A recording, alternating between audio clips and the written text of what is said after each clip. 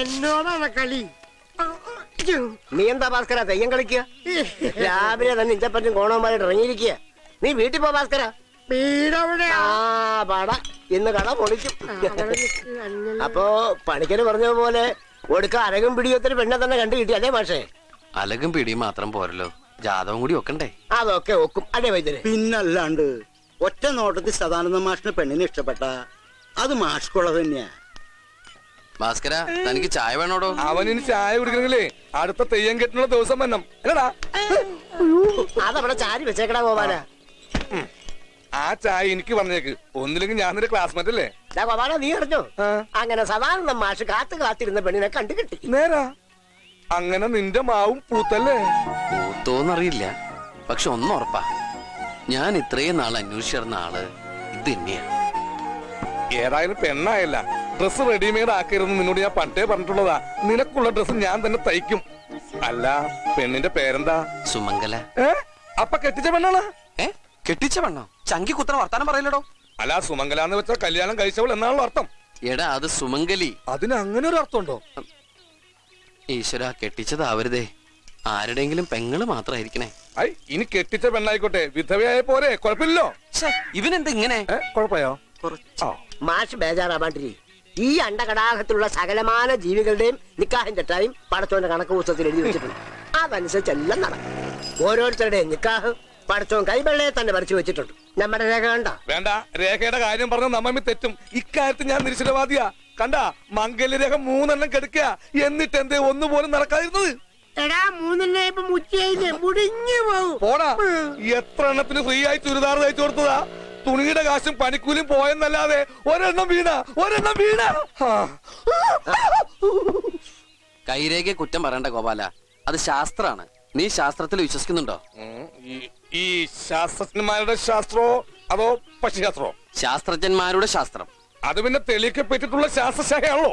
ആണല്ലോ.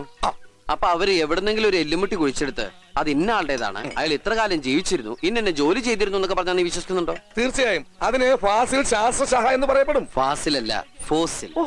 അപ്പൊ പിന്നെ ജീവിച്ചിരിക്കണ നിന്റെ കൈരേഖ നോക്കി നിന്റെ കാര്യങ്ങൾ പറഞ്ഞാൽ എന്താ നീ വിശ്വസിക്കാത്തത്? വിശ്വാസമല്ലോ വിളക്ക് മത്സരം. വിശ്വം ജീവ വെളിവില്ലെങ്കിലും അവൻ പറയുന്നത് കാര്യമുണ്ട്. വിശ്വാസം എന്ന് പറയുന്ന ഒരു വിളക്കാണ് ഗോപാല, അതില്ലാത്തവൻ വെറും വിളക്ക.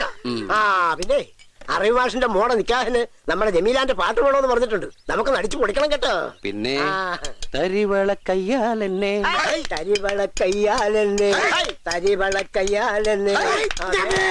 ആ തരിവള പോയി. ഞാൻ പോട്ടെ. ആ ലക്ഷ്മിക്കുട്ടിക്ക് 2 ചുരിദാർ ചുരുക്കാനുണ്ട്.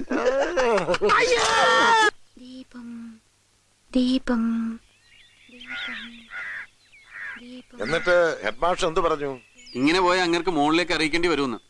ബാക്കിയുള്ളവൻ ഏതൊക്കെ കടലാസിന്റെ പുറകെ എവിടെയൊക്കെ നടന്നിട്ട് കിട്ടിയ ജോലിയാണെന്ന് അറിയോ? ഇളയ സന്തതിയാ, ജാതകദോഷക്കാരനാണെന്നൊക്കെ പറഞ്ഞ് എല്ലാരും കൂടി അവനെ വഷളാക്കിന്ന് ഞാൻ പറയൂ. നോക്കണ്ട, അവനെ ഒന്ന് ഗുണദോഷിക്കണമെന്ന് അവള് എത്ര നാളായിട്ട് പറയുന്നു. ഗുണദോഷം കൂടി പോയതിന്റെ കുഴപ്പത്. നല്ല ചുട്ട് പെടപടിക്കാൻ വേണ്ടത്. രമണി, ദേ മധുക്കുട്ടിനുണ്ട് അപ്പുറത്തിരുന്ന് ഉറക്കം തോന്നുന്നു. നീ ഒന്ന് ചോറ് കൊടുത്തവന്. സന്ധ്യ ആവണേ ഉള്ളൂ, അപ്പോഴേക്കും ഒരു ഉറക്കം. ഹോംവർക്ക് ചെയ്യാതിരിക്കാനുള്ള സൂത്രം വച്ചക്കന്റെ.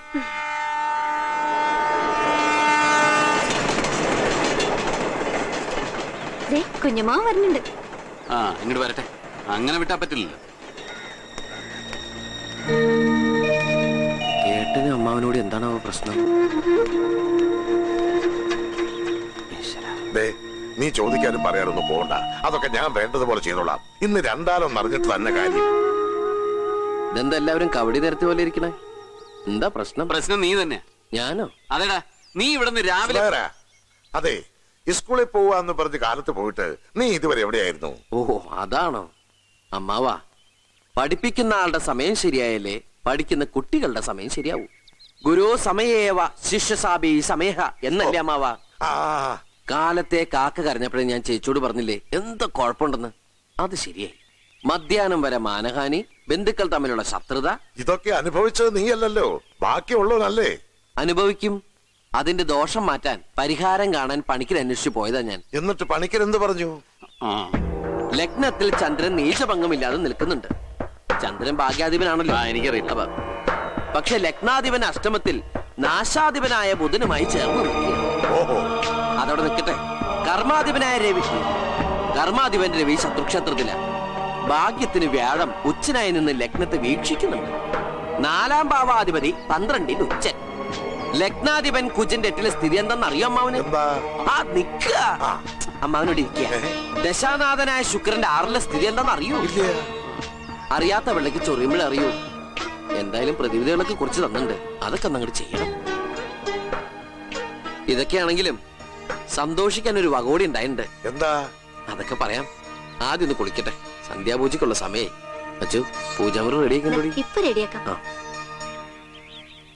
ചോദിക്കേണ്ടതൊക്കെ വേണ്ടതുപോലെ ചോദിച്ച് പറയേണ്ട കാര്യമൊക്കെ പറഞ്ഞ് രണ്ടിലൊന്ന് തീരുമാനിക്കാന്ന് പറഞ്ഞിട്ട് ഇപ്പൊ എന്തായി? അവൻ പറഞ്ഞതിലും ചില കാര്യങ്ങളുണ്ട്. എന്ത് കാര്യം എന്ന് ചോദിച്ചാ അവൻ പറഞ്ഞതൊക്കെ നീ കേട്ടതല്ലേ? എനിക്കൊന്നും മനസ്സിലായില്ല. അമ്മായിക്ക് മനസ്സിലായോ?